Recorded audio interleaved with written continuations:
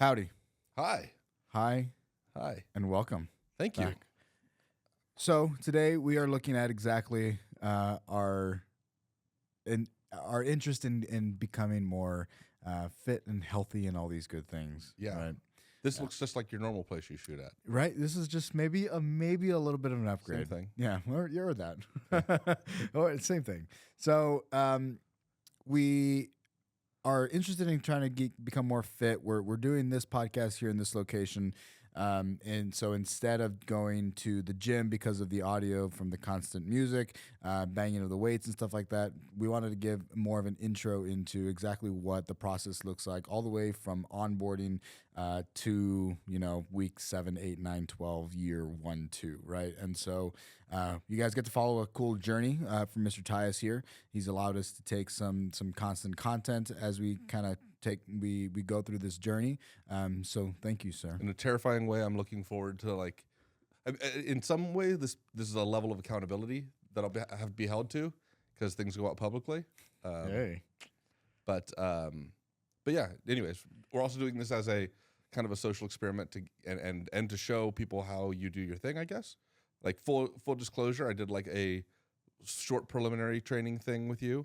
And if we do repeat some of those questions, that's cool. If we have new stuff, that's cool too. I'm on the journey of whatever you send me toward. I appreciate that. Yeah, and so we did our first session probably, I think, 1 week ago, and it was our first session ever. We had never really had any conversation outside of the gym. I think one other conversation inside here at the studio, and so we're going to get into all those nitty-gritty things here today. Okay. And then one of the first books I read was about creating more confidence and consistency for clients when I first started getting into this industry. And that book talked highly of put a post on social media, put something on Facebook, tell people that you're about to go onto this, this fitness and health journey. And I think it can be a little intimidating, especially when you're telling these people these things when maybe you don't really know what you're doing. But it sets off something inside of your own brain where like, well, now that I have all these people looking at me, now I have to move forward with this. I find the same thing in business and podcasting and all these things. Like it's such a transferable skill to a lot of things, which is why I think fitness is such a beautiful learning tool. And I've used it with not just myself, but with other clients. And then I've told clients, like, tell someone in your community, like, that you're started on your fitness journey, that you are currently on the path of trying to lose 10 pounds. And like, as much as we hear it, maybe from other people, you're like, oh, another person trying to lose 10 pounds. It resonates very far. And then those other people will hold you accountable for a very long time. I've heard it both ways. I've heard that if you put it out there, people hold you accountable and you hold yourself accountable and there's that pressure on you. But I've also heard that if you tell people your goals before you do your goals, you automatically get like the dopamine hit, and therefore you shouldn't tell people your goals. The fact that there's two conflicting points of data means I don't know. So I would say it depends on what kind of person are you, right? Are you the person that can't really stick with something for more than a month? Do you love that instant gratification? Like, are you an addict? Are you an alcoholic? Like, there's a lot of those people that end up finding the gym, and maybe telling somebody on the front end, like, oh, I'm gonna go to the gym, and that's enough for them to like perpetuate this idea that they're gonna go to the gym, so it just feels good, and so they never go.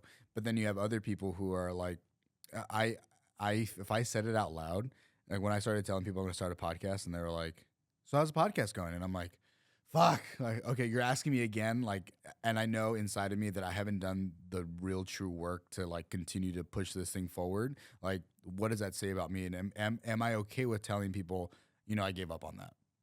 yeah, I think there's a lot of weird motivations along lots of lines. Like, for example, people are probably buying treadmills so that they go in their brain, they go, okay, I just spent $2,000, right?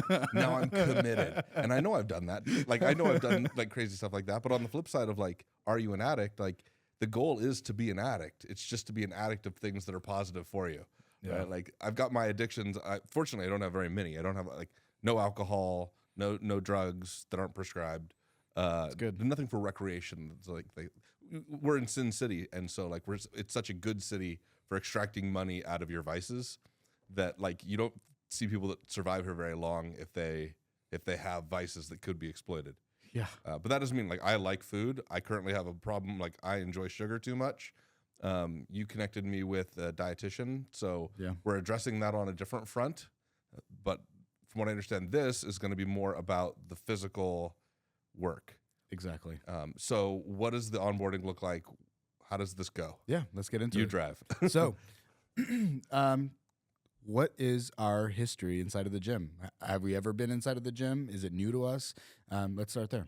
So first time in like a weightlifting gym was in high school. I was probably embarrassed to be in there because some of my friends were a lot stronger than me. Then fast forward a long ways, and I actually worked at 24-hour fitness for a little while. Very cool. Doing the sales stuff. Very And nice. so I hung out with gym rats for a little bit of my life. And then, I mean, now I've got a bunch of gym memberships. That doesn't mean I go.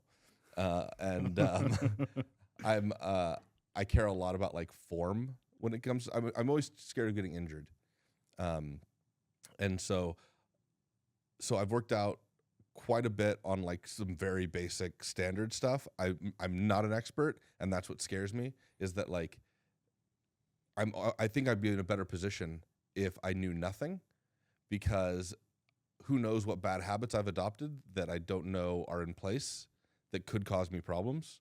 I haven't worked with trainers, and so like maybe some bro science stuff where somebody's coming over and being like, you should squeeze your shoulder blades together or something.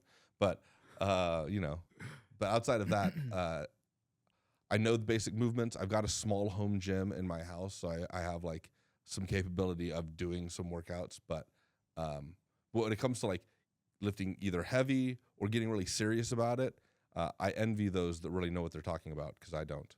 Well, hopefully we'll get you there. At least feeling comfortable inside of the gym where you have all the tools necessary to navigate that area. And so you provided a lot of really cool information, which I would really want to highlight. I don't think we always get that detailed of a explanation of like the history of the gym. And so I just want to make sure we highlight that point where, it is more complex. There are these very complicated inner workings of an individual, like where we started, and then what is maybe the drive or the motivation to continue to push forward and grow.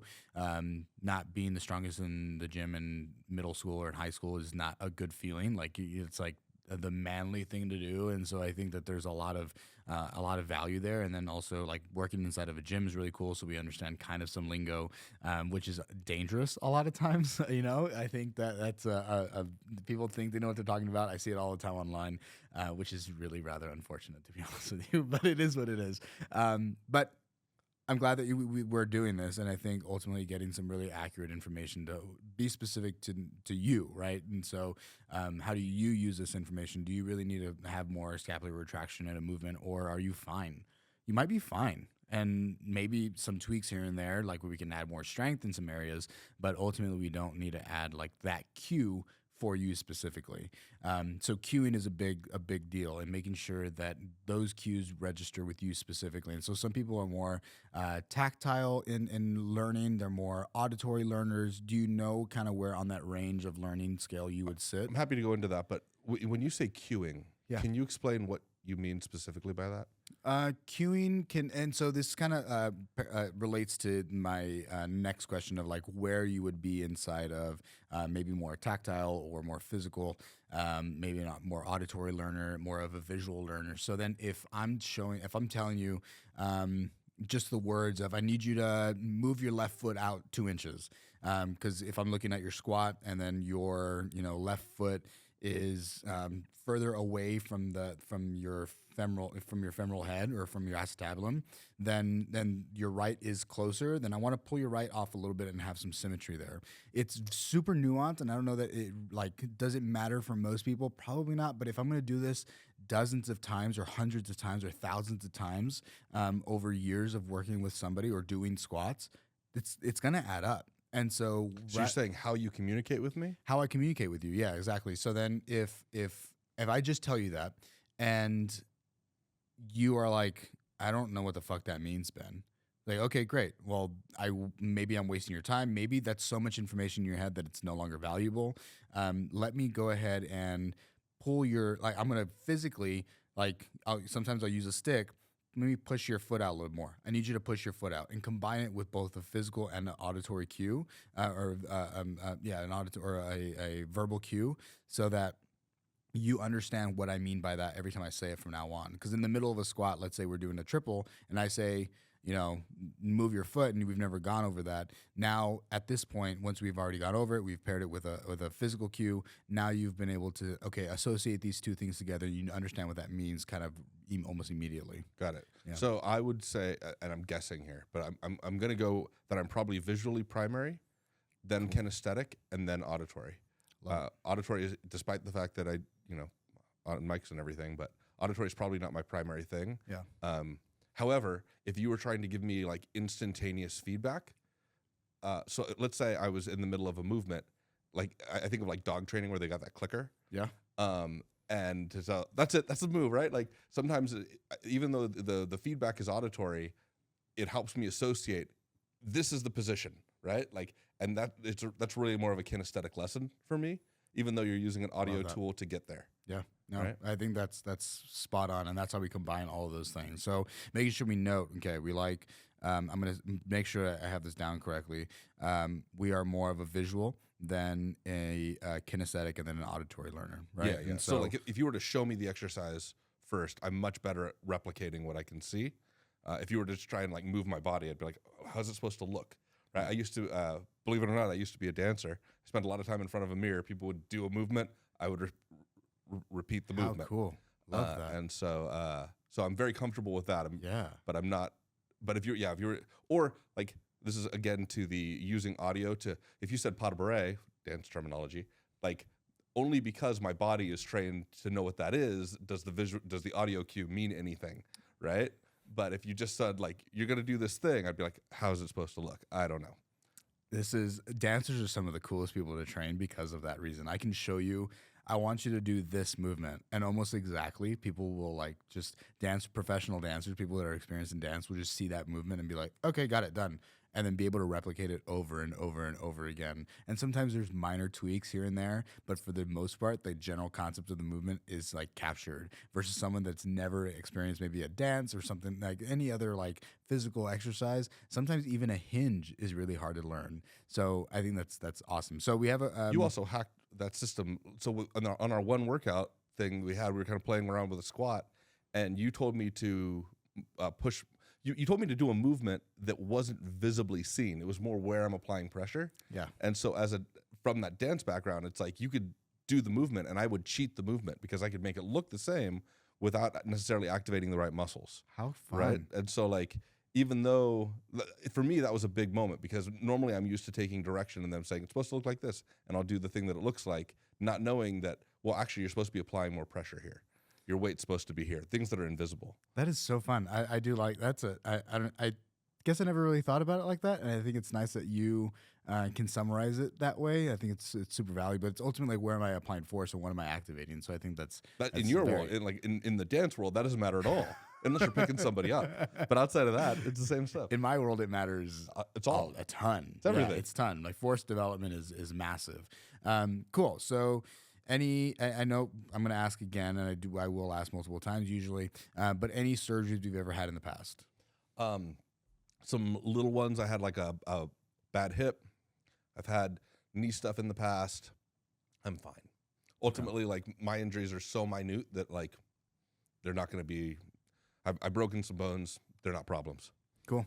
No like reoccurring pain ever from these areas, or do you have reoccurring pain? And then what causes those things? No, my back hurt the other day, and that was weird for me because I know there's people that have like chronic back injuries, and I was like, oh God, please don't be a chronic back injury. It's a rough one.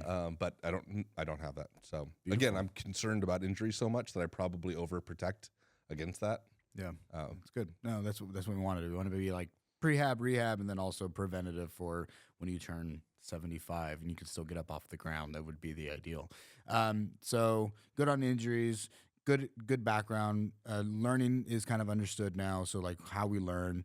What are things that we absolutely hate doing in the gym? Oh, that's great. So you've unlocked a couple in one workout. And I'm so sad we don't have this on video. I have such a love-hate situation because I like the one workout we have, and I'm sorry we don't have it on video. We did squats. We did two things. Yeah, We did squats and we did three things. But we did squats. We pushed a sled, and we did some really cool like stretching stuff that I had never seen before that I thought was awesome. But I was dreading squats because I've always assumed that I'm doing squats wrong. And you gave me feedback that like, actually you're not in terrible shape on squats, which was a huge confidence change, right? Like it was amazing how fast I could go from, I don't want to get inside of a Smith machine because I have no idea if I'm doing this right. I could hurt myself really badly. Yeah. To like, I feel great about this. And it was like in the matter of like a 5-minute, like you should feel good about this. And then the thing that I was like completely confident in, like, push a wheelbarrow down that direction. Like, how hard could that be? Yeah. That dominated me. It absolutely wrecked me. And even though I'd say like, oh, I'm dreading that, I'm also a little upset about it. I'm also like a little vengeful. Yeah. So like, I'm just like I want to be like, okay, how do I make it so that never wins again? And like, if that takes me suffering for months, let's suffer, because I don't like that. I don't like losing to a piece of equipment. It's a weird game when this thing just like I did, we walked both forward and backwards. Half the first two sets were half the length of the yard or the turf. And then I think immediately right after the first one, I was like, all right, we have 3 minutes of rest. Let's go ahead and take those 3 minutes. Kind of wanted to keep the heart rate high. I think I really wanted like a 90-second rest. And then we were like, yeah, I think I'm going to need more time. I was like, okay, cool. Yeah, we looked at the heart rate. It was like 160. I thought it was like, probably 130, 140, and it was like 165, 170. I was like, whoa, we're pushing it here. Yeah, for our first session, let's definitely like we need adaptation, but we need adaptation that we can recover from. So it's like, all right, let's take this a little bit slower. Let's take that extra rest, and then by the time we got to the end of it, it's like, okay, it's a fun new challenge. It's a new goal to set, and I think that's ultimately what like will perpetuate this like continuing like growth cycle inside of the gym. You're like, okay, now I was on level 2.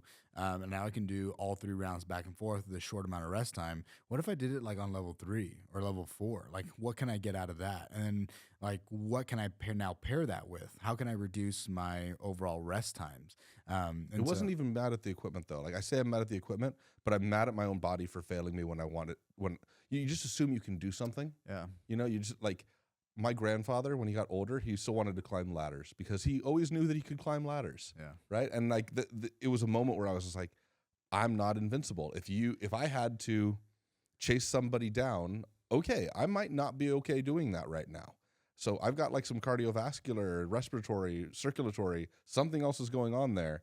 And if it's not fixed, boy, the deterioration rate there is going to be bad. Dude, that right there is gold. That's gold. It's so easy to put the projection onto the machine, but you are like the fact that you can internalize that and realize what that means is, I think, the next step that I think we want to get all of our athletes to really understand. And all people are athletes. You are an athlete. You're not a competitive athlete. But the book, quote unquote, would say that you are an athlete and you should be able to at least be able to, squat a certain amount and those goals are kind of are specific to the individual. Sometimes our goal is to just body weight squat, right? Like if I'm 80 years old, do I really need to be squatting 225? No, but I should be able to get up and down off the ground, right? It's in those earlier years. So understanding context is important, but the deterioration that will continue to happen after the age of 30, we are starting to deteriorate like rather rapidly. And so if we're not taking care of those things, there's no way we can like entirely make that curve kind of come up. There are drugs definitely that are useful. If we've never worked out in the past, we can definitely like put on a lot of size. But it's really quite difficult to kind of change the way that our cells are replicating. It's kind of impossible, really. So there's a way to mitigate loss, but there's no way to get rid of loss, right? We are going to die. It's inevitable. But making sure that we die in maybe a slower, like not so. I thought I signed up for immortality. I'm really upset with your services. I thought if we invent it in the next 30 years, you'll be the first to have it. Fair okay, I'm holding you to that. Yeah, it's recorded. Okay. Everybody knows. Ben said he came up with it. 30 to 40 or 50 years. We'll see. There's guys that think they can cure aging. They really. I forget the guy's name, but he's super well known. He's like a billionaire, I guess. There's Aubrey de Grey. There's a few different guys. Full disclosure, I run a podcast studio, so I see a lot of people that come through here, and like they talk about like metformin, NMN, resveratrol, rapamycin. Like there's all these things that they're like, these might extend lifespan, but like because lifespan is not considered a disease, you can't medicate to it because there's no like. Anyways, it's a weird rabbit hole. It's an interesting rabbit hole, and something we can David get into. Sinclair, another. I don't know those. I think I know Gray. I think is the individual that I know. Gray, I think I have the beard. Yeah, I think that's the individual that I'm familiar with. All right, so back to work. Yeah, back to work. So I guess my next question would be things that we absolutely love doing in the gym. So if you just threw me in the gym and said like default do what you want to do, 100%. I'd probably like bench press. I'd probably do push exercises. Cool. Typical dude. Is that a typical dude thing? Typical dude, man. Pulling is just like not as fun as pushing. I'm not sure what the mechanism is there. It's the muscles we can see. Oh, is that what's going on? It's almost always the thing. I always figured it was just like grip. Like it could be. That's definitely a big factor for a lot of people. But it's usually like, well, like I can see my shoulders, I can see my chest. I can turn around and look at my triceps, even though they're posterior chain, and I get that. Like my biceps, even though it's a pulling muscle, they're in the front, right? I see all these things. Yeah, but all of those, everything you just mentioned is like way more comfortable to me than doing like a row, where I'm just like, oh god, this is rough. It's 100%. So yeah, and then like I dread legs not because I'm actually worried about like the soreness, even though like it sucks to be sore and having to get up and down. Yeah, it does. But more to the extent of like I was more concerned about like the squats. I'm afraid of deadlifts. I'm afraid of squats. I'm afraid of these like that's a lot of weight that can throw my back out or screw me up. Yeah. Well, for some reason, bench pressing doesn't seem to bother me in that capacity. And I would say there's probably more. I've heard of more deaths happening on a bench press than ever a squat. Way to introduce a new fear. Deadlift. Isn't that wild? Is that true? Yeah. So they'll just drop it on their chest really hard. Not just drop it on their chest, but drop it on their throat, right? And so we can break that trachea pretty quickly. Wow, that's a bad way to go. Now there was a viral video not too long ago where this guy was squatting, and I think it was a dude who was squatting, and then he ended up tilting forward a little bit, and so the bar ended up like rolling and hitting him on the cervical spine, ended up killing him. So it definitely happens, and so like these things are there. There's an inherent danger around lifting heavy weights, 100% in an unsafe way. But making sure, so like the importance of doing them correctly is like it's tremendous. I mean that's a good selling point for what you do is like if you don't know what you're doing, have somebody around you that knows what they're doing and they can keep an eye on you. 100%. Like I remember times where it's like I'm putting 500 pounds inside of my hands to bench, and it's like, okay, the fun thing that we used to say was don't fuck it up, which is super fun to say casually, but in reality, the amount of technique that goes into doing something like that has to be, it's extensive, but at the same time, it has to be almost perfect or you will get injured. And so whenever I work with clients, a main focus of mine is to make sure that we're doing things technically sound, specific to how you are designed, that also allow us to continue to have progress in these areas. So like, for example, our bench width should be about double the width of our shoulders. Right. And so if I'm here at my shoulders, I should be, double that width. That's usually where the people are going to be strongest. And so I want to make sure we have all these things in place to make sure that you're well taken care of this entire time. Any movements day to day that you find are just difficult to do, getting up, tying shoes, stuff like that? Gosh, I hate that you just named two things that I find annoying. Cool. Common. So it's not getting up that bothers me. I really hate climbing under tables because I deal with wires and stuff all the time. Yeah. And yeah, I like putting on flip-flops because if I'm being really honest about it, either my flexibility is lower or my gut is now in a situation where if I pull my leg up, it's like pressing against my stomach. And I'm like, this sucks. This is lame. Maybe I'm just lazy. I'm like, why do I have to put 4 things on to cover my feet? I could just put on 2. Yeah. Makes it more simple. Yeah. Any other items? Um, I actually think I consider myself relatively strong. So anything that's probably very. I mean, when I say relatively, I saw some people in the gym, so I know I'm not like But it's relative, right? Those people Yeah. spend 8 hours in the gym, so you are relatively Yeah. strong, right? So I don't have problems with moving furniture and stuff around, and Yeah. I guess I kind of celebrate the fact that like, yay, no problems Yeah, it's with a big that. deal. But flexibility is like super limited, and it's almost like my body is craving stability, and to do that, it's like reducing my mobility every 100%. year. It's spot on. Is that what's going on? That's spot on. And so I hate that. I liked being able to like now if I'm like, oh, I'm going to do a cartwheel, I'm like, am I going to pull my groin the moment I do a cartwheel? And then you do them less and less. Yeah. You're less likely to run. You're less likely to move quickly, and so now you start slowing down. Yes. Yeah. Yeah. So all those things where it's just like I used to like run stairs 2x2, not because, and I'm sure I could still, but it's just like back then it was fun because I was so limber, and now I'm like, I don't know if I'm limber enough to do that, which will reduce that cardiovascular benefit. Yeah. So what are some immediate goals and some long-term goals that we would have for ourselves? Okay. So I need to lose weight. I would love to increase mobility. And I would put that in front of me becoming like super jacked. I threw in the towel a long time ago on like, I'm going to look super sexy. It's come and gone. You never know. If Honestly, couldn't Hey, man. imagine. I couldn't imagine. hey man. If that were to happen, that'd be amazing. But I'm resigned to that.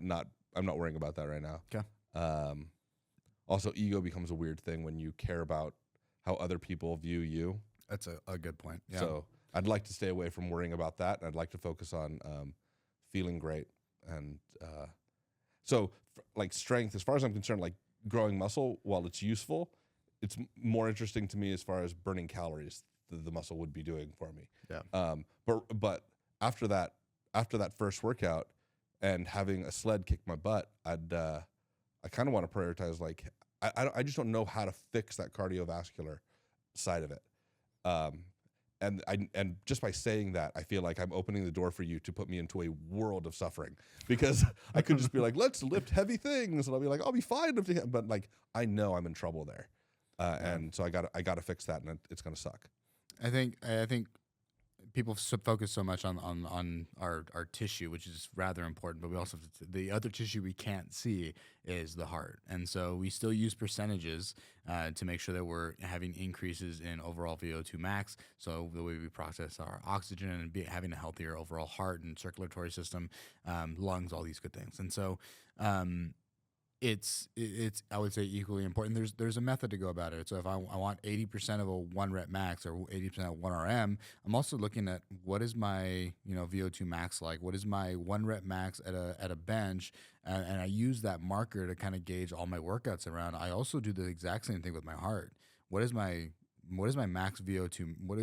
What is my VO2 max? And then how can I create percentages around that to make sure that I'm still having increases and they're challenging, but that I can ultimately recover from. How do you measure your VO2 max without like crazy equipment? There's some really Formulas, like estimates. There's formulas and estimates, yes. They're not the best, but there is a place in town that we could use. And so I used to work in research, and one of the things we did pretty regularly is do VO2 max for D1 athletes or general population, depending on whatever research study we were doing.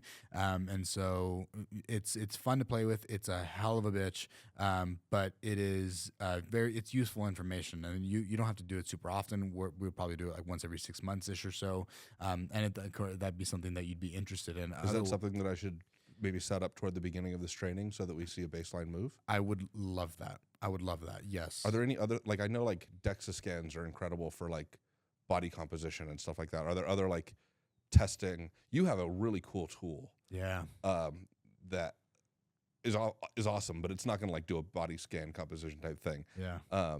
So like, are there other big tests that like I should consider as we're going into this? So shout out to Output Sports, right? That's the item that I'm using, right? And then their software as well. So it's awesome tool. There are things for VO2 max. That was the question, right? It was just what are the things? What are the big measurement things? Like I've got a scale at home. It tells me ballpark body composition, but it's doing electrical impedance, which is going to be junk compared to a lot of other options. Yeah. You know, and then so like, anyways, are there some tests like VO2 max or anything else that we should consider doing early on in this process? Yeah. So that we at least can see if it moves, right? If Yeah. we don't measure it, we can't. Then we don't know if we're actually like there's subjective improvement, which is it's just important and valuable, but at the same time, like having concrete numbers is really really helpful. So using the output sport, we always measure overall like your mobility is the first thing we look at. So what does our hip mobility look like? It'll give us a specific degree range, and then we want to make sure that we correlate that with either a limited range of motion or not. So if let's say I have 80 degrees of 120 degrees of external range of motion on my hip, on the right hip, and then let's say it's the same for the left, just for the simplicity's sake. But I can't get below a 90-degree squat. I can't sit down in a squat very well.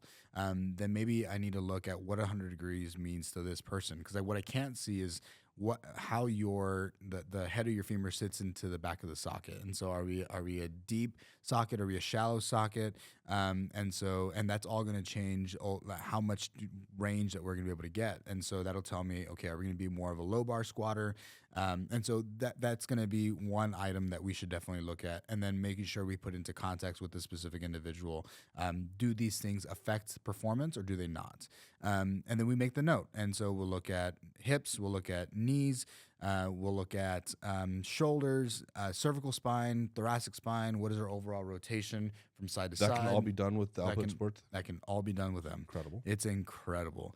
Then we want to I can look at specific degree range of motions within a squat. And so, like, let's say we're having a really hard time. I can attach that guy onto your quad, onto your thigh, and then we can see, okay, we're at 60 degrees on our squat. And for someone maybe with a goal of, I just want to be able to get up and down, well, we want to get, maybe to a point where, like, where's your regular chair sitting at? Where are our sofas at? And so it's at, I need to be at 90 degrees or below to get up off the couch. Great. Like, then we're going to work off percentages like 10%. Maybe we're at 70%, right? So it depends on the goal. So we're going to look at those things.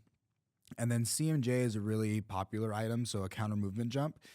So making sure how much like height can I get off the ground, and so how much force can I develop is ultimately what we're kind of looking at. And so it's going to tell me how powerful I am, and then so the stronger I am, the more power I can produce. And so we'll always take that into consideration whenever. And so I can also track your vertical, which is great, which is a fun tool, a metric to look at. Like maybe we're not making a lot of progress in our squat right now, but we go back and do a CMJ and we're like, man, we're 2 inches higher in our jump. It helps a client kind of feel more confident and comfortable moving forward. Like, yes, this thing's stuck, but this thing's moving. And so VO2. Are there other tests we should do outside? I mean, all these mobility ones are fascinating. Yeah. But one tool does all of that and you have it. Yeah, good point. So P&OE is another item that I would love to in the future have as well. It's a specific brand that will get me some good metrics on REE, and so resting energy expenditure, and then it'll give me a breakdown exactly what percentage of your carbohydrates we're burning versus a fat that we're burning at specific outputs. How does that work? What is that? And so it measures the weight of your air, your breath. Oh. And it can gauge like, okay, this percentage means this, or this weight means this, and so it just feeds directly into another tube, and we can track that. And so it's very helpful. P&OE does that. And that thing doesn't, even though it's checking your breath, it can't figure out VO2 max. That one can do VO2 max as well. So that's why you want this toy. Yeah, I do 100%. They also do that, and then there's a lot of cool benefits that comes along with them. Something inside of us is always looking at, okay, what is our A1C at? Right, that's a super popular one that everybody kind of recognizes. And so, are we pre-diabetic? Are we diabetic? And so, if we have a good blood panel going on, then we have a better understanding of what's going on inside as well.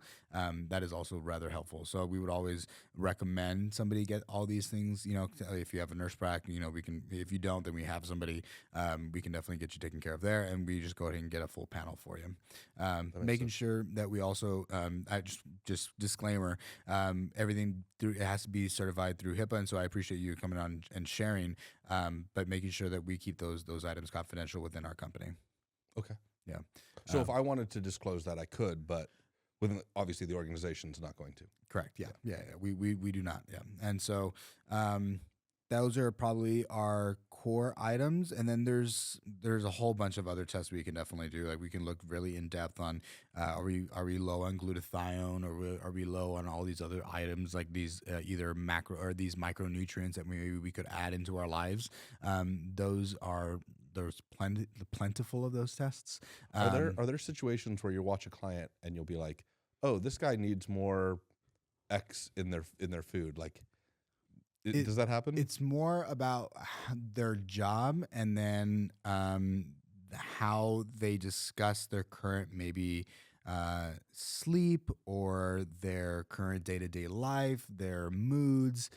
So those kinds of things will prompt some questions for me. And then at that point, okay, we have a really high stress job. We're out in the sun, or maybe we're not in the sun enough. Like those are some specific items like, okay, maybe some more vitamin D, super high stress. We're working out 4 days a week. Maybe some glutathione might be good to add inside of our lives. And so there's plenty of different prompting questions that can help us get to those questions. But those are usually, I would say, usually done usually further into the process, because it requires a lot of rapport to have those conversations. And then most often people come into the gym and they're like, I'm meeting with a personal trainer. And it's like, well, not really. We're meeting with more of an exercise scientist. And so I usually build to get to those points, and then making sure that I'm listening in throughout my process with somebody. It's like, man, I'm feeling really tired as of late. Okay, something's changed. What's changed? And then let's look at all the different variables. And then if we can't find anything that's really changed significantly, let's go ahead and write a blood panel and see what we find. It's so funny that like the term personal trainer, but then you start laying out the variables, and man, it's not an easy job. There's so much going on there as far as like things to calculate. It's daunting when you start talking about it, like, because it seems like, oh, this is a guy that counts to 12 while I do push-ups. And it's like, geez, there's a lot of stuff going on. There's an insane amount of stuff going on. Like not only the science behind everything that's going on, but also like the psychology, the physiology, the anatomy, all these other things we have to take into consideration. I need to understand your pennation points. I have a good understanding of what that even means and how to develop those. What does that mean? A pennation point is just like how our fibers intersect, very, very broadly. And so I don't need to learn the wording. You don't at all. You know these because you've got a degree in. So my undergrad is sports conditioning, and then I have a minor in coaching and psychology, and then my master's degree is in it's a long one, exercise science and coaching education with an emphasis in strength and conditioning. That is a long one. That is a long one, but it is perfect for what you're doing. It is perfect, exactly perfect. And then not only all those things, also dealing with people for an hour consistently for years. Have you seen some like great breakdowns? What would you mean by breakdowns? I was referring specifically to the emotional. I've already experienced a physical breakdown in front of you. I would say I've seen it both on I'm coming to you as like I need help and I don't know what to do and my body's deteriorating. I don't feel good. And so I've seen that emotional breakdown. I've also on the opposites have seen sometimes I'll have one session with a client. And so we do a little bit ART or active release therapy. And so I'll have a client that will hobble into the clinic or hobble into the gym and like, I don't feel good. I can't really move. I can't get out and tie my shoes. And within 30 to 45 minutes, we're having them do jumps. And so like I've seen the opposite where it's like, I didn't think that anyone was ever going to be able to fix this. Oh, wow. I've had an individual who's getting cortisone shots in his neck for a long time. He's here in town. He works in the convention industry, and so he's always up and down a lot. And he had an accident, so we have thoracic outlet syndrome that I kind of presumed it was going on. And so, he puts his hand up right about the top end of where his clavicle and his first rib kind of like they start to create a lot more pinching inside this area. And so it put so much pressure on this brachial plexus, or this bundle of nerves, that he would lose entire control of that arm. And so he would try to get up, and then he was like, I need to use my opposite arm to pull it all the way up. Wow. And within like 10 minutes, it's like, okay, let's create some space. Let's pull here. Let's do these things. And then a little bit of mobility stuff. And he was like, oh, I can get it all the way up on my own. And I haven't been able to do that for the last 10 years. Wow. So Wild. I've seen both ends of the spectrum with people like having these breakdowns that are just amazing. Huh. That's got to feel really rewarding when they come in and they're like, I can't do anything. And then you can prove you can do something. Yeah. Like, that's got to be a really nice moment. It is a really nice moment. And it's, but at the same time, a frustrating moment when we can't find those things. Right. And so now it's a long discovery process where if I'm not equipped, or if I don't have a good community of people around me, or understand my resources, or how to read research, then I'm kind of at a loss. And so I think that for whatever reason, it's just perceived as a personal trainer. Like you just, you have somebody come in and you have them work out and you walk away, but like you have a case in front of you, just like a doctor has a specific, maybe a case of like some major disease that we would see. It might be like house, right? Like where it's this extensive thing. There's all this research. You have a group of people, but we're seen as like we're in silos. And a lot of times, unfortunately, in the industry, people do stay in their silos because like, I'm not going to give away my clients. It's like, I need help. And it's not about me. It's about them. They've come to me for help, and it's my job to step up and make sure that they're taken care of. And if that means that somebody else is better at me than better at teaching something, or knows more in one area than I do, then they should definitely go to that person. And that doesn't mean that they're going to stay with that person forever. It's like, okay, we solved it. Great. Now let's move on to the next thing. But I'm here for you. That was one of the things that I was really surprised with you. Is I was like, I assumed that when you were like, I help you physically. So I was like, oh, do you do nutrition? And you're like, no. And I was almost taken aback by that, because I was just like, it would be so easy to, know enough about nutrition to be able to write something out if you wanted to, right? Yeah. But you were like, no, I'm a specialist, Yeah. right? Like I specialize in this, and I will bring in, I have a team member who's great that does this, right? Yeah. But like that was an eye-opening moment for me, because a lot of people will claim that they can do everything. Yeah. And whenever somebody's like, I don't know, let's find out. I'm like, oh, I believe you so much more, because if you're trying to stay on top of the research and all that stuff, like that's a full-time job. That's never ending. It is never ending, and there's no way they can know it all. I mean, I have published research in nutrition journals. Like I worked in the nutrition lab, and I did research in nutrition. So and so whenever I select those people to work on my team, I'm like, okay, these people are good people. Like, because I understand what's going on here, but at the same time, you need a team around you. At the end of the day, like I serve my role, and I do my role really, really well.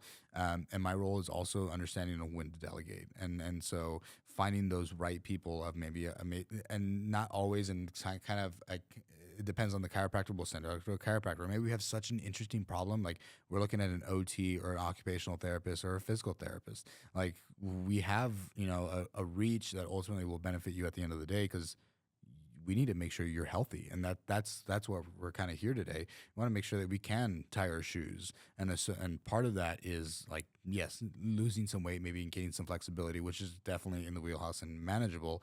But let's say something comes up where like you have a slip and fall, and like we have another process of items where we have, okay, now physical therapist is going to come in, and then I'm almost going to act as a PTA where I can oversee the program that's being given to me. I understand the biomechanics enough that I can say, okay, let's implement these things, and let me report back to this PT that's ultimately recommending you out. And then I can give some accurate information, not just like, I don't know, we did 5 sets of 5, I guess. It's like, you didn't follow the program. It's like, I put trust in this person, and you put trust in this person. Let's do what they're telling us to do. Speaking of following the program, and you mentioned in your education you had some psychology training and stuff in there.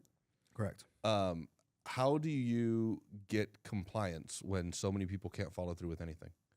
You got to call people out, man.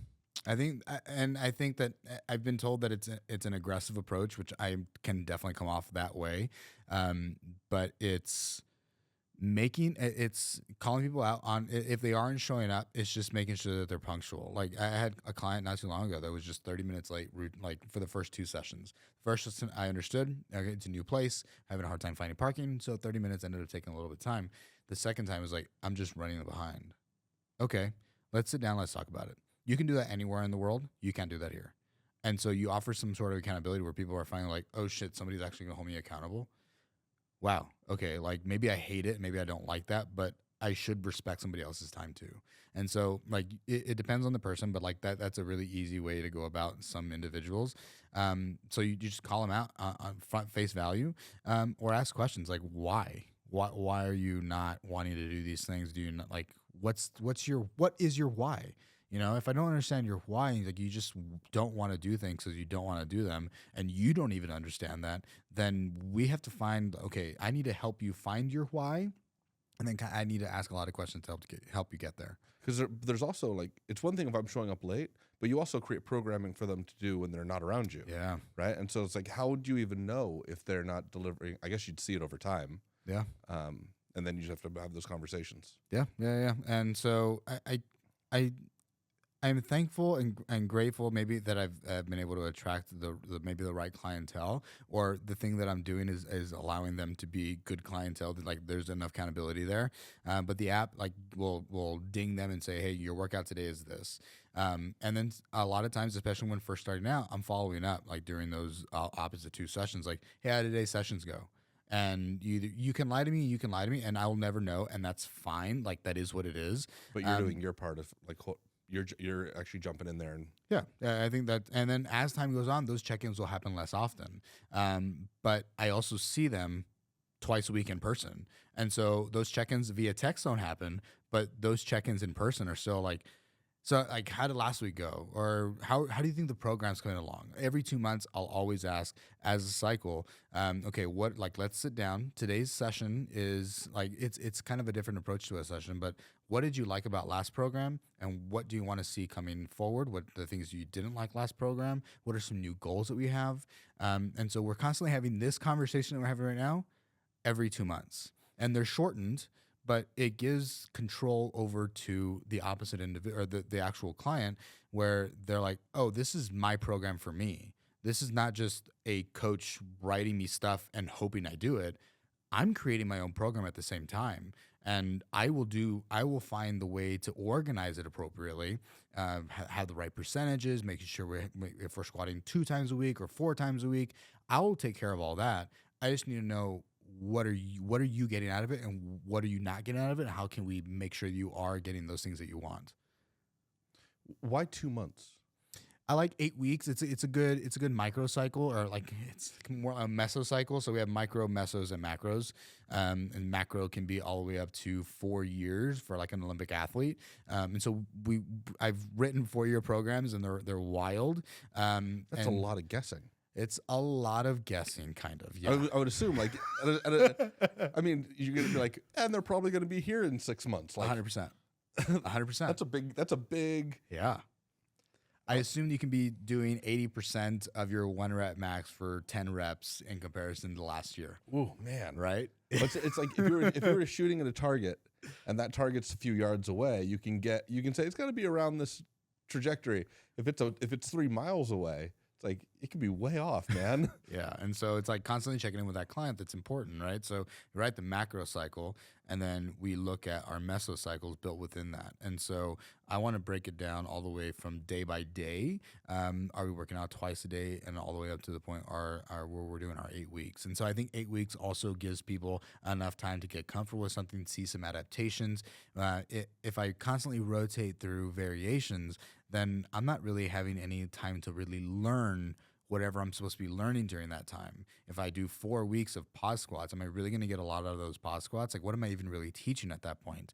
If I have 8 weeks then I'll have more time under the bar. I have more experience under the bar, but at the same time, I don't have to do the same thing over and over and over again for months on end. You're going to get bored. Not only are you going to get bored, but we could also have some increased risk of injury. Now we're just doing the same things over and over again. Now we have some compensations. So we need to have some pretty consistent variations that are allowing for stimulation to continue to occur. So we have adaptations.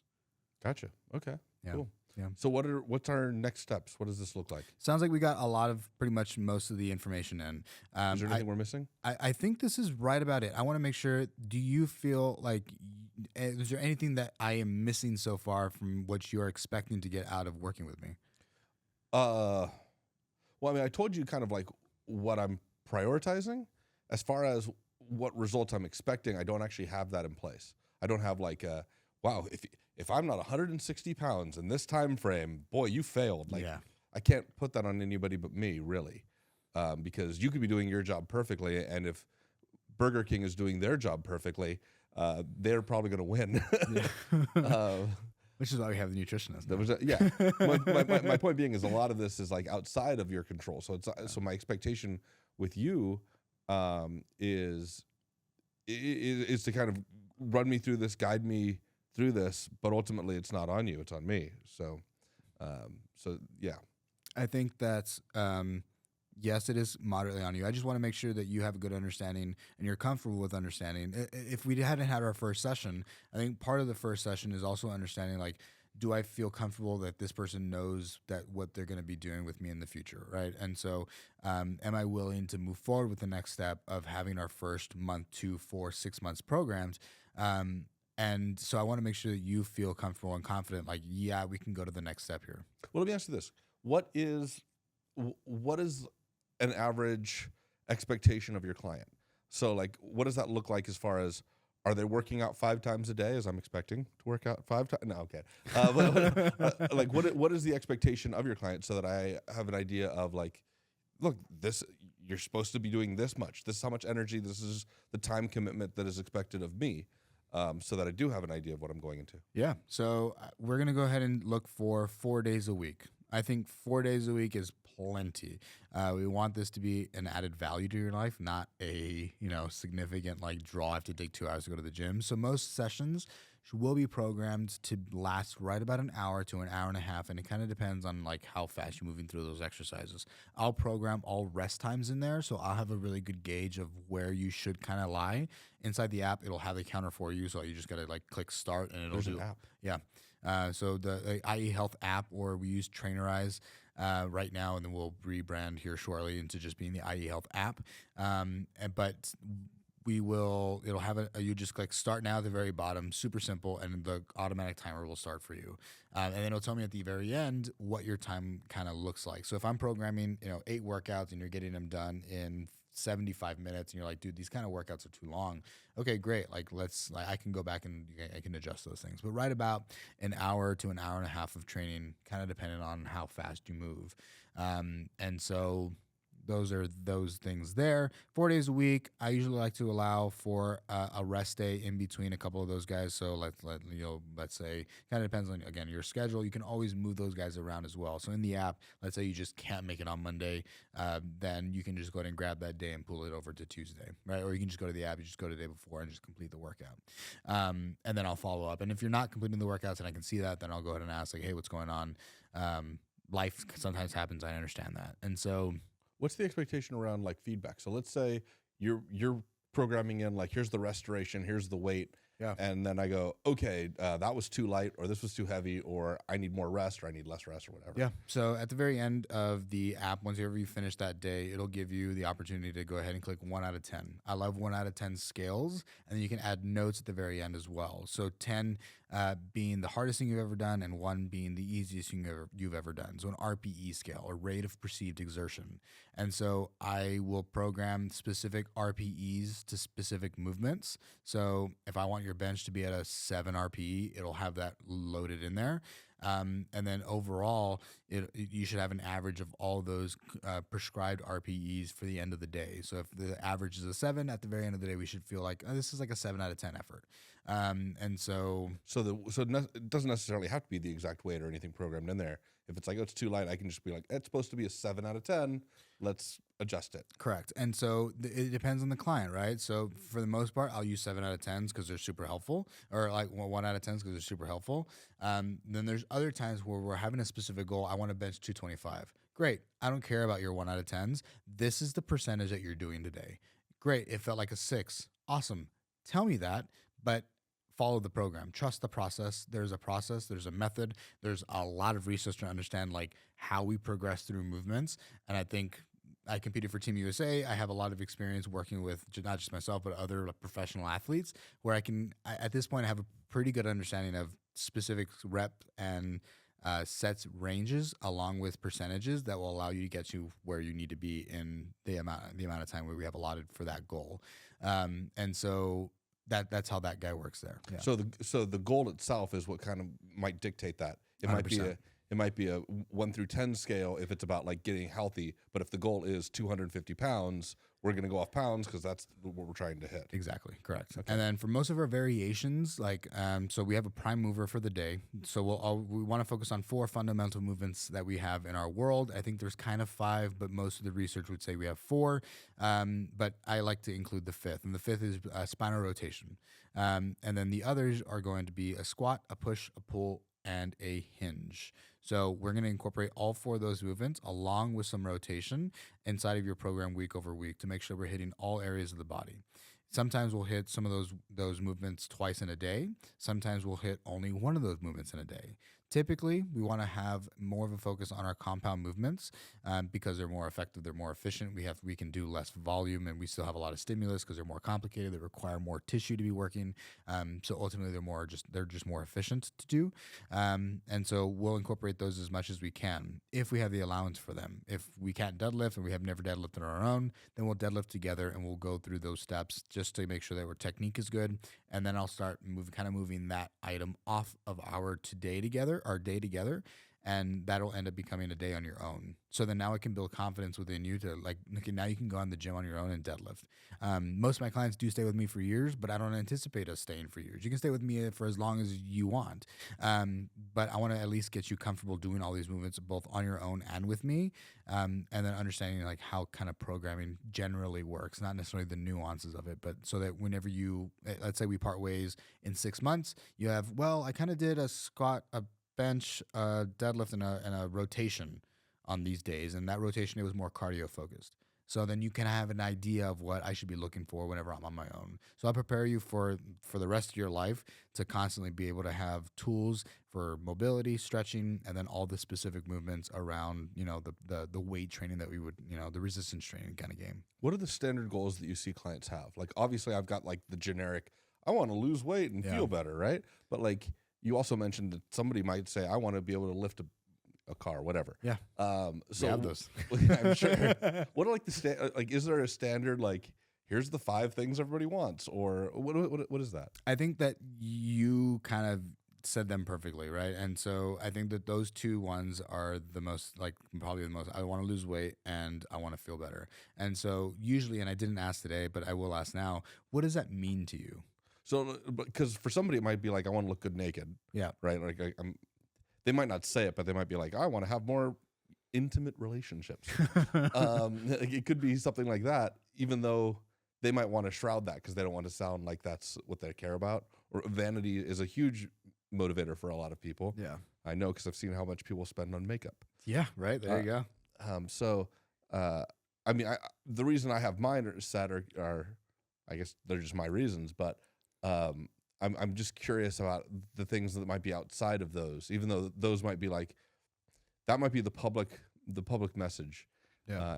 I'm curious if there's standard exterior or internal motivations that you have to dance around because somebody's not willing to tell you the truth. I would say that those are probably the most common said. And then I would say the next one is, right now, a common one that I've been seeing is I just got tested, and I'm I have osteopenia, or I'm osteoporotic. That's another pretty common one at this point. Um, That's common. That's calcium, right? yeah, Bones. yeah, it's bones, unfortunately. If we don't have resistance training throughout our life, or we don't have that kind of stimulation, maybe we're not the most healthy, into like our diet's not the best. And very often develop uh, become osteoporotic. And so we have like kind of holes inside of our bone. It's not able to regenerate. It's not like laying down the calcium that we need. And so your risk for injury and breaking bones increases significantly. I think we all kind of know somebody that's like fallen, broken a hip, and like they go to the hospital, and then they have bacterial meningitis, and then now their lifespan is so short just because we something we could have solved with a little bit of extra back squatting. With Is that really just the pressure can adjust Yeah, your dude. body will just go, oh, you need more calcium, so I'm going to put it in. Fascinating. Isn't that amazing? Yeah. It's a weird machine, man. It is a weird machine. Yeah. So I got a DEXA scan, and I think I'm like 2 standard deviations away from normal for people my age. So if I stopped lifting today, I will never become osteoporotic ever. Wow. I And that's will- just because you've lifted such heavy weight throughout your life. Correct. Yeah. That's just because, and I don't even, Your body and- thinks you're living on Saturn. It's like Yeah. heavy gravity. Exactly. It needs to have a strong structure. I'm constantly putting it under load. It needs to be able to handle that load. And it's not necessarily that you need to have you don't need to squat 700 pounds, right? Like I had to fully squat a 700 pound squat, but if I just stood up and held that kind of weight on my back, with just like a walkout, if you will, or a kind of what is it called? A rack pull, or just holding a heavy bench inside of my hands. All those things not only are just changing the way your brain works, like your neurocircuitry is working and how it's firing more and more impulses to your tissue, but it's also forcing your bones to be like, oh shit, we're under load. We have to hurry. This guy's asking us to do some really wild shit. Like we got to lay down some calcium and get thick. Otherwise, we're gonna break. And so, but it's in a controlled way.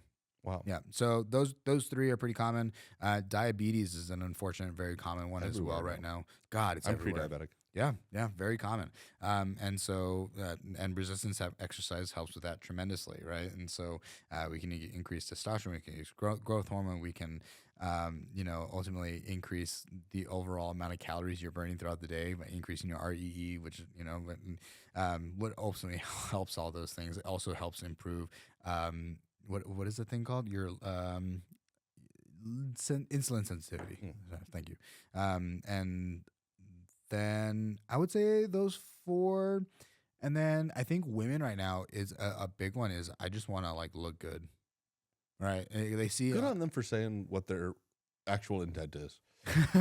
they want a fat ass, right? Or they want to have the bubble butt, right? But you have a big push of a lot of women coming into the gym right now, and a lot of people see that it's attractive. They're strong, and being strong is another one, especially from women. I just want to be strong, right? It's less about the look a lot of the times, and it's more about I just want to like lift stuff. Men too, but I think men is like I want to get big, right? And but versus a lady usually comes to me and she's like, I want to feel strong, and that to me is like the most empowering thing that you can have in your life. Like you want to be able to like move shit, like, pick up your dog, carry a gallon of water, carry a case of water. Like that's fucking cool, man. Women don't have like a thing where like I don't want to look muscly. I'm sure that it exists, but I feel like it exists less often now than ever before.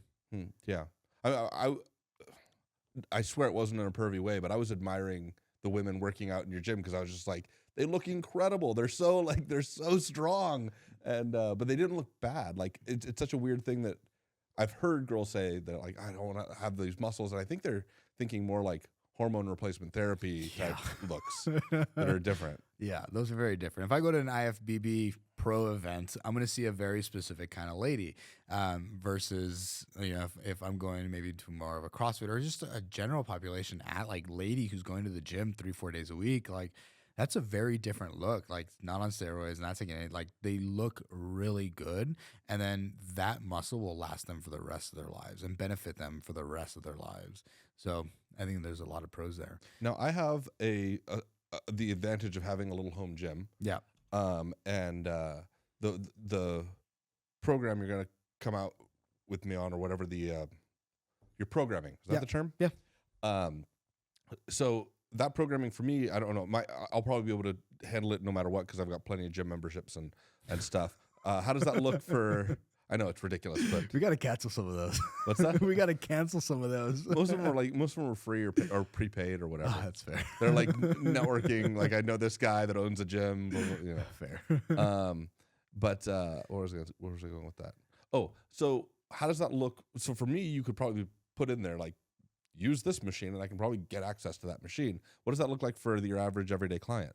So it's also specific to you. So if let's say I have somebody online only, and they all 4 days of the week it's inside of the gym, then I will ask for either a list of either pictures or just written out. What do you have access to? And then that'll dictate how I rate the program. And so you'll never have, like, the app does have the option to say, like, okay, alternative exercises. Like, let's say, or maybe somebody's just on the squat rack for the last fucking 60 minutes and you're just like trying to hurry up. Like, you can just go ahead and go in there and like, give me some alternatives. And it'll give you those options. But I try to not, or like, I don't want you to have to work while you're already in there. Like, let's make it as simple as we can. Let's give you this, like, if you only have a Smith machine, which one of my clients does, she only has a Smith machine. Great. Well, then everything is like all the videos and everything, all the programming is specific to Smith machines. Very cool. She'll never see a barbell video because she doesn't have a barbell, right? So make it unique to that individual. So I would ask that you either, you give me a list of all the things that you have.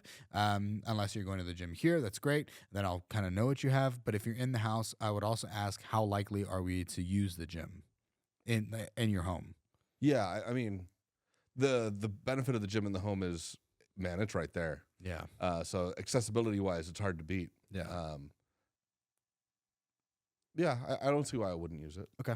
So that's not really a major concern. Cool. But like, yeah, I've got access to everything. You know what? I don't have access to one of those evil sleds. Oh, You know? we can make one up.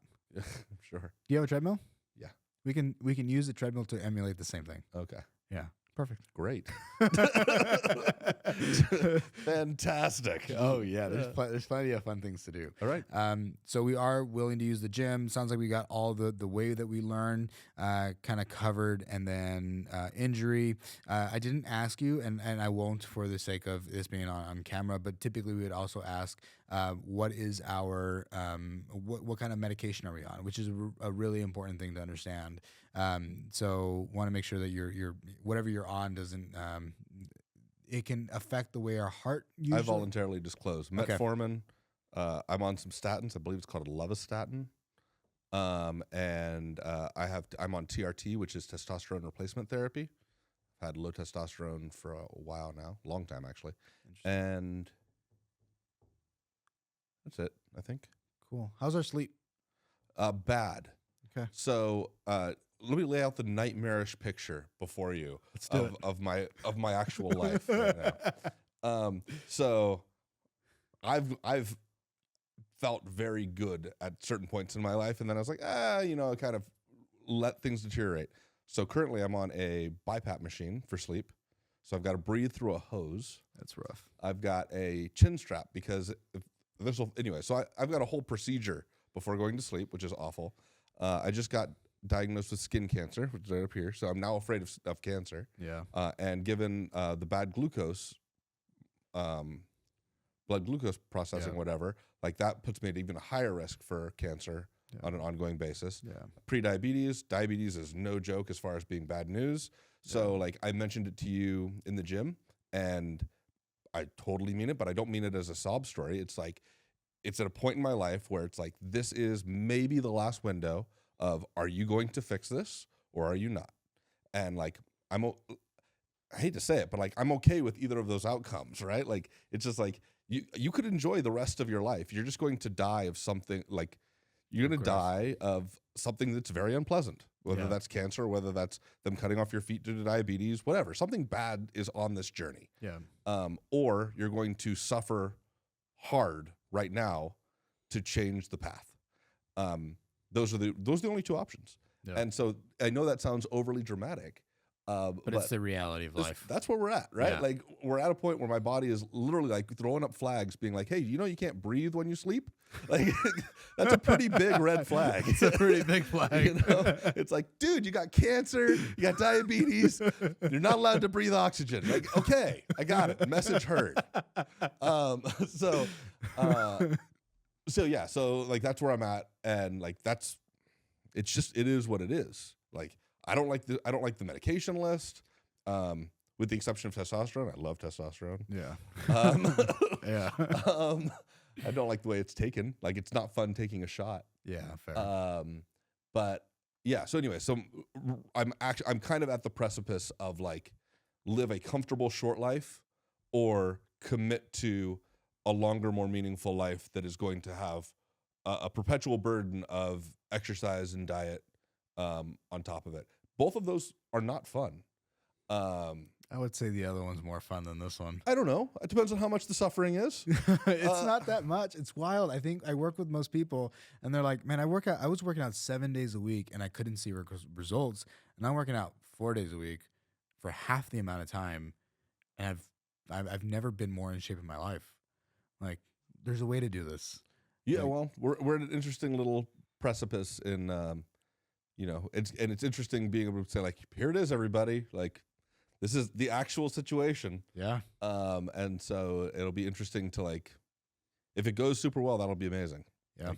Like, wouldn't that be cool? It would be cool. So I just want to emphasize that we want to measure fitness in not days or weeks, but we measure it in months and years. And so this is going to be a long process. And so I appreciate everyone following along. I appreciate you taking the time to, commit to yourself. It's not, an easy thing for a lot of people. And so I'm excited to see what we do. Let's get at it. All right. Well, thank you, sir. I appreciate it. You do. Cheers.